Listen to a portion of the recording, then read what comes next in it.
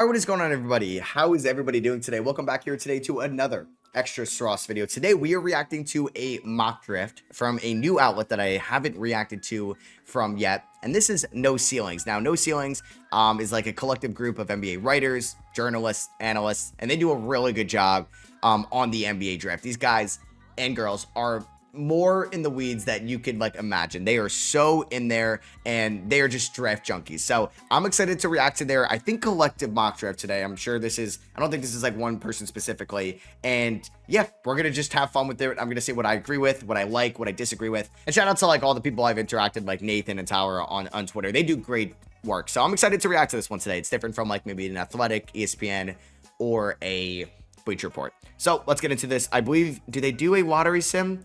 It looks like they do a lottery sim. So yeah, the Hawks win the lottery. This is crazy. Imagine showing somebody this, like just saying that the Hawks got Darren Peterson. You'd be like, oh my God, did we trade Trae Young? Did every young player take a step back? Oh no, you just were able to move down, get Asa Newell.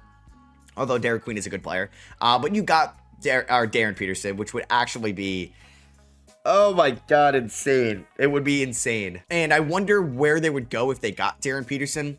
Like, do you move on from Trae Young if this happens? Just because Peterson would be making roughly, I don't know, 30 million less, 40 million less than Trae Young. He's not going to be as good as Trae Young right away, but I do think Darren Peterson can be as good as it gets at the NBA level. And I'm really excited that we may see a guard go #1. Like, when was the last time we saw a guard go 1? Off the top of my head, not 22. I guess it would be 2021. It hasn't been since Cade Cunningham. I guess we had Anthony Edwards go #1 as well. But then you have Zion, you have Aiden, you had, well, Fultz went 1 in 2017, which may have set it back a little bit now. Just kidding. But yeah, Darren Peterson goes to Atlanta, and they already have like a pretty bright future, and I would say a top 10 bright future in the NBA or close to it. This would put them into the top 5, I would say. Like Peterson, Reese Ashe, Daniels, Newell, Jalen Johnson, and then whatever assets or you get out of Kristaps and Trae Young, Mikel Alexander-Walker, and so forth. So Washington ends up #2 here. I'm not sure. I feel like, I don't know. Maybe when I think this came out on the 10th, so I'm still wondering if they do a tankathon sim. Yeah, no, it says it there, but I think this is like funny that the Washington Wizards end up at #2 still, and they get Cameron Boozer. I think that's the best fit for this team. I think Boozer is fascinating as a prospect. So on my Just Ballin' podcast, I recommend checking out, I think today's episode is going to come out. It's me and Tucker talking about basically, or we're kind of drafting like the top 6 biggest names for the draft and like kind of like a big board in a way. And he was a lot lower on Cameron Boozer. And I think it's fascinating to see people not having him in their top 3 or top 4. I just think he is too productive. He is too talented as an offensive hub out of the post. He's too good of a decision maker. He's a good enough 3-point shooter. He's been a winner. He's just been so productive that Cameron Boozer is not going to be just a productive NBA player. Like, maybe he doesn't have as high of a ceiling as a Darren Peterson or Devonta, and that I could get behind, but he's got a higher floor than both those guys, in my opinion. He's the highest floor in this draft. If you said nobody was going to be an all-star here, but there's one player that is going to be like a fringe all-star, I'm going to say it's Cameron Boozer. So yeah, Washington now has Boozer and Alex Sarr in their front court going forward. That's something to get excited about in the nation's capital. That's for sure. So AJ Devonta still ends up going #3 here. Yeah, it's a 3-headed race.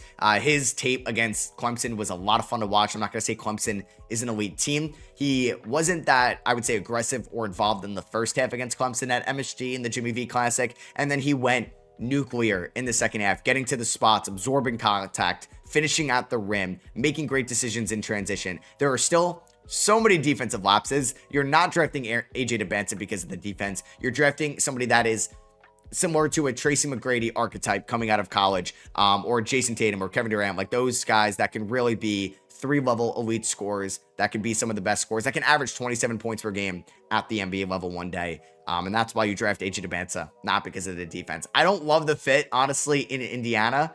I really don't.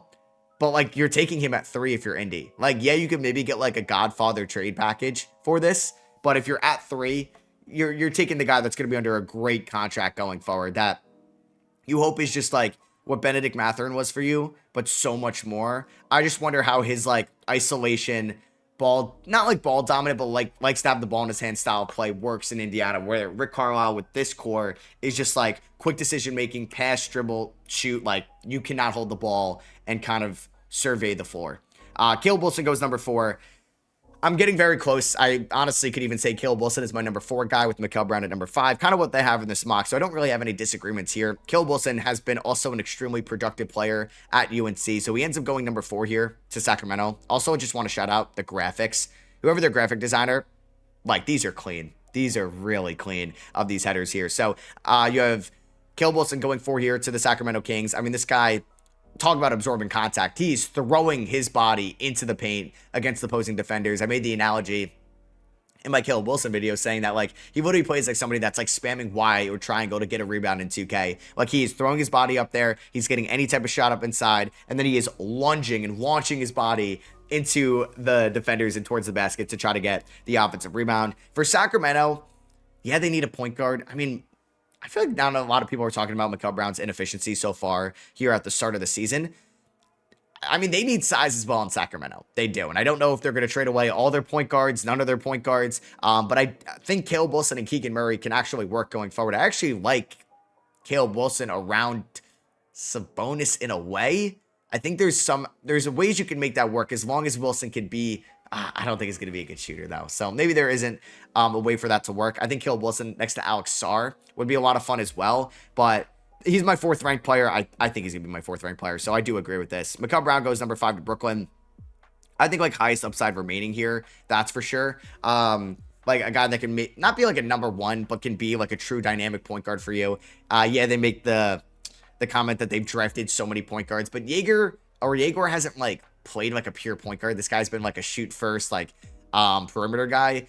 Traore and Saraf are probably the other 2 rookies that haven't really shown a lot for Brooklyn this year. Still so early, but it's been like Danny Wolf and Powell that have shown a lot for Brooklyn. So yeah, I would still take Mikel Brown. If you think Mikel Brown is like the last tier 2 guy, if you only have Caleb Wilson and Mikel Brown Jr. in tier 2, you're taking Mikel Brown Jr. You take best player available. There would just be some memes there if Mikel Brown, if the Nets just take another point guard. So Koa Peat to the Thunder. Oh my God. So the Thunder, I'm recording this on Friday. I think you guys are going to see this on Saturday. So don't put, or you can put like a comment in the question or a question in the comments for me to react to in maybe the next video. The Clippers just lost to the Rockets and the Pelicans just beat the Blazers. Thunder just getting closer. Like, if at any point this year the Clippers have the worst record in the NBA and there's going to be a screen grab of the Thunder at like 33-1 and the Clippers giving the Thunder the number 1 pick in the draft on paper, but pre-lottery. It's literally 2K. It's literally 2K. So Koa Peat goes here at 6. A fascinating prospect for sure. I don't know if I would target Koa Peat here. I don't know if I like him in OKC, although like you assume that when Peat ever becomes like a main contributor for this team, Hartenstein might not be here anymore because of financial reasons. I worry about Peat maybe not being much of a floor spacer at the NBA level. And will he be good enough defensively, like on the perimeter or down low, to maybe offset the lack of shooting ability as well? Where it's like, okay, he can't shoot. He's not a great defender. He's obviously likes to be physical inside and back to the basket and likes the mid-range and can cut a little bit, slash a little bit, which would work in OKC. But now I'm just trying to think, okay, maybe he's not going to be a big. He's going to be like a non-shooting wing, which aren't the best, I would say, archetypes in the NBA. But if there's one place where that could work with their developmental system, it's OKC. It's just like the next couple guys I have on my big board are point guards. And like you can see kind of Kingston Fleming's there. I have a Baron Philon in the top 10. I like Koa Peat a little bit more than Hans Steinbeck still. Who's also another non-shooting big. So, like, would they look at Kareem Lopez, who's been pretty good as of late for the Breakers in the NBL? Maybe, but, like, we're still so far out for, I think, him getting top 10 steam again. But, yeah, Koa Peat goes number 6 to OKC. It's just crazy seeing them here at 6. So, Charlotte goes point guard at 7, which is interesting because I don't like this if LaMelo Ball is on the roster because I don't know how Flemings, LaMelo, Miller, and Knippel all really work together, and those would be the guys that you are building around going forward. I would probably look at a wing or big. Now, there hasn't really been like a notable big that you could take here at 7. Hans Steinbeck has been productive this year, but like he's had good games against like USC and UCLA, dominated Southern California. I got to see him against Houston, or excuse me, I want to see him against Purdue, not Houston. I want to see him against Michigan, against really good defensive teams in the front court before I think Hans Steinbeck, who was good in the U19s for Germany or for Team Germany, he's been good for Washington. Flemings has been good as well. I don't really like the fit in Charlotte. We'll see also with Flemings how he looks over the course of the year. Talk about like a meteoric rise for Kingston Flemings. I didn't see him on any offseason, like mostly no offseason top 30s or no offseason mock drafts. And now he's 7 in this one. He's around like 9-ish on my big board, I would say 9 to 11, like in that range off the top of my head. I'm still kind of updating it for like the midseason update when we get there in January. But yeah, Flemings to Charlotte here at 7. Braylon Mullins at 8.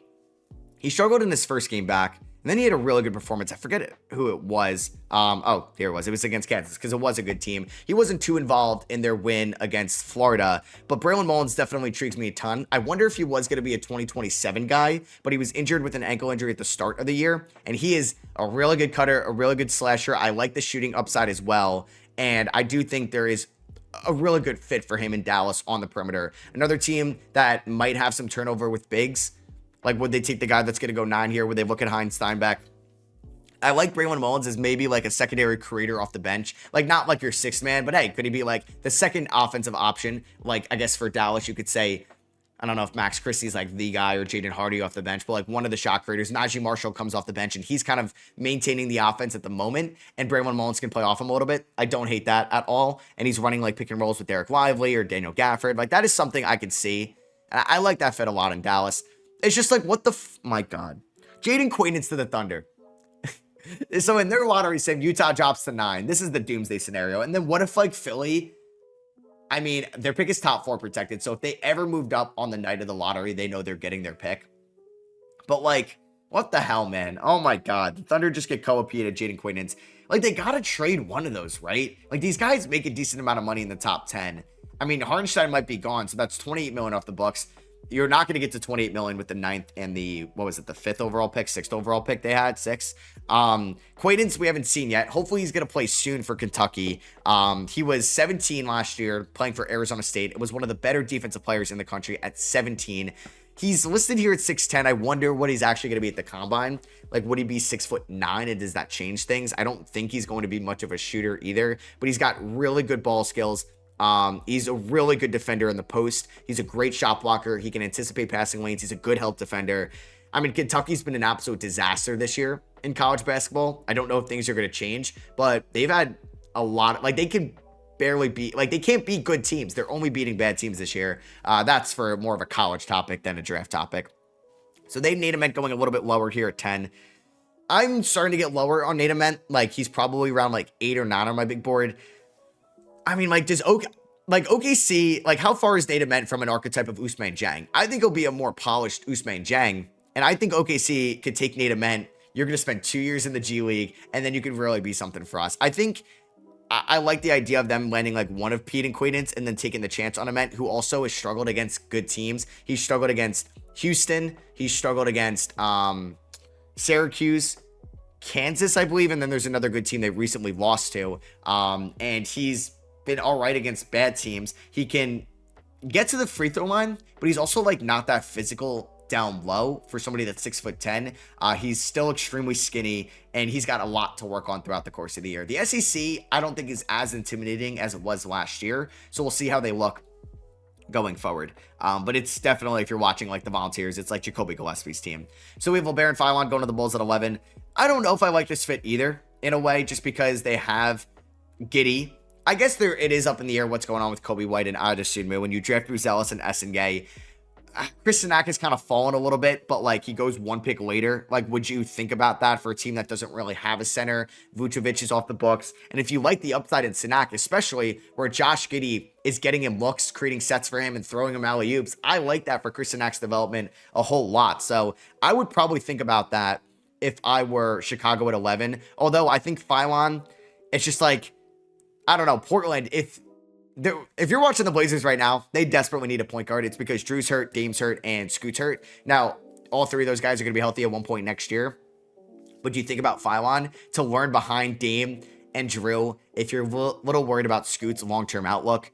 Like OKC, you could play Philon out there with AJ Mitchell. AJ Mitchell is such a good defender. I mean, Dallas could even look at Philon at number 8 as well, just because Kyrie isn't like a long-term guy with Cooper Flagg.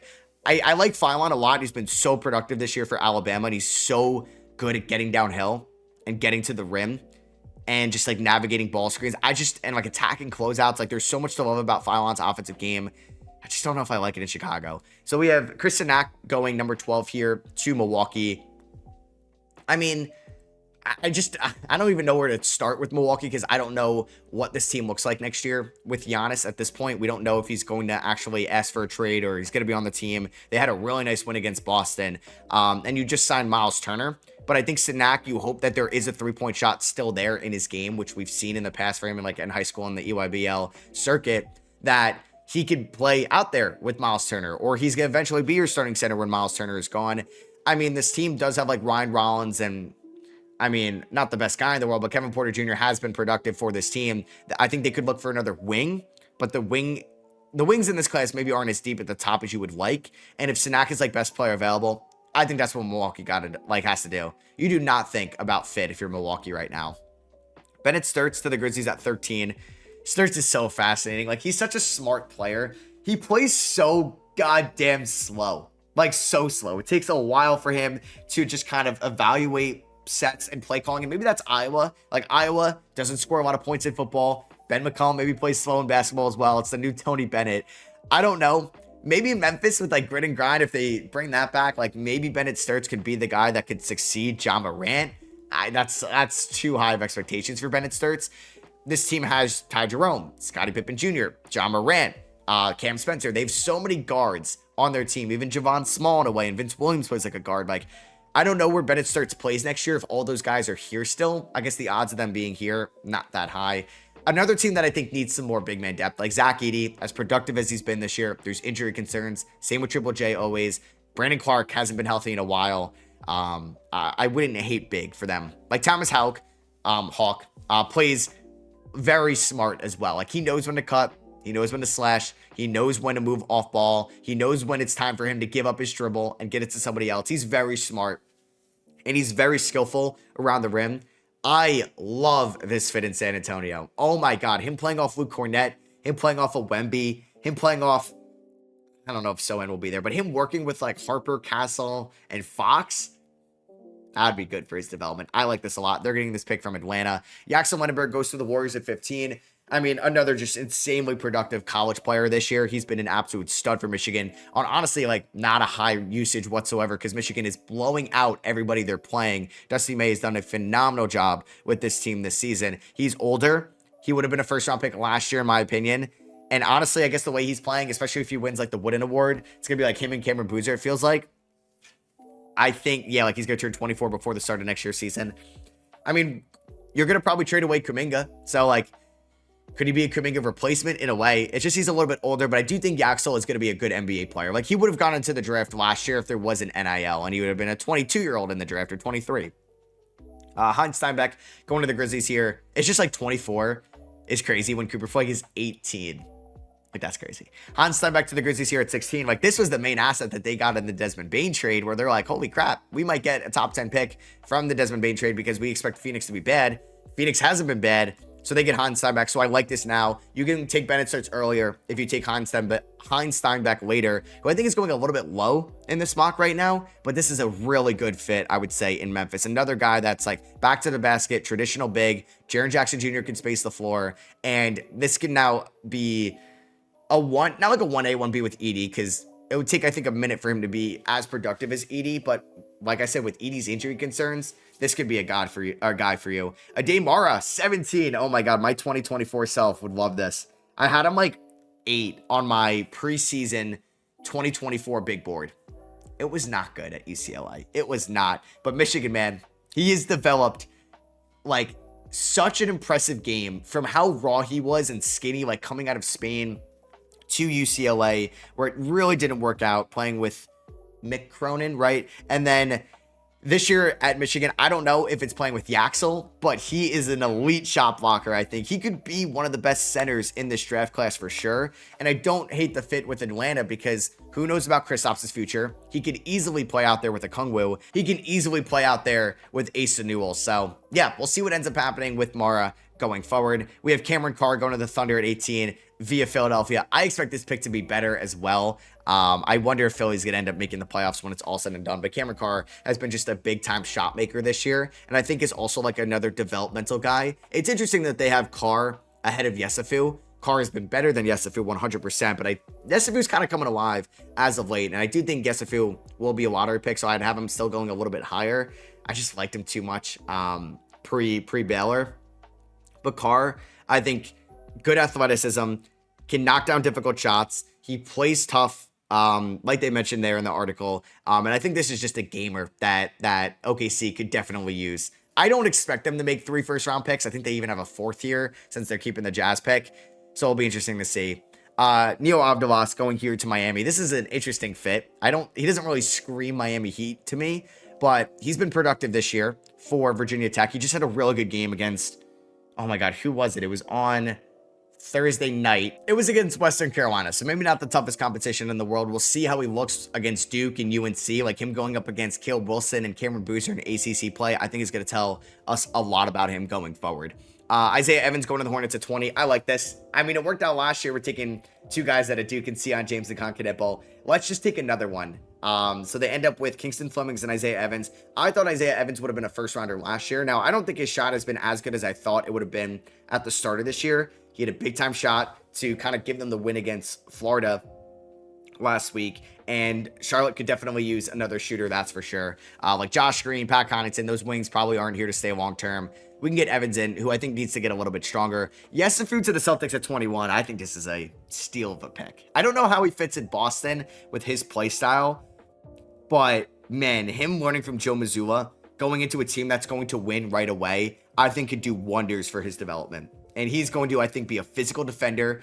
Like him and Jordan Walsh on the perimeter defending off the bench, I think could be a lot of fun at Yesufu's peak defensively. And obviously Jordan Walsh has been one of the most improved players this year. I think this could be a great fit for Yesufu. I think he ends up going higher on draft night. Patrick Ungba here coming out of Duke. He was somebody that I was a little bit higher on as well preseason, and he's been good this year. I think the advanced metrics love Gungba here, and he, I think, could be a good enough shot blocker. Like, he's no Kaman Maiwatch from last year, but I think he could be rangy enough, athletic enough down low, catch lobs, and really be one of the top centers in this class.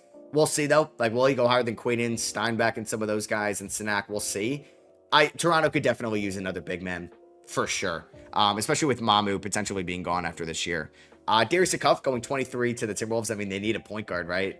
I love it. Let's just take 4 point guards for them in this draft. I think this one makes a lot of sense in Darius Akuff, who is bigger, stronger than Rob Dillingham. I don't know if they're ever going to draft a point guard again, or they might be like, we need to just take an NBA-ready point guard in the league. So we'll see, but I like Akuff here to Minnesota. We have Ryan Conwell to the Cavs at 24.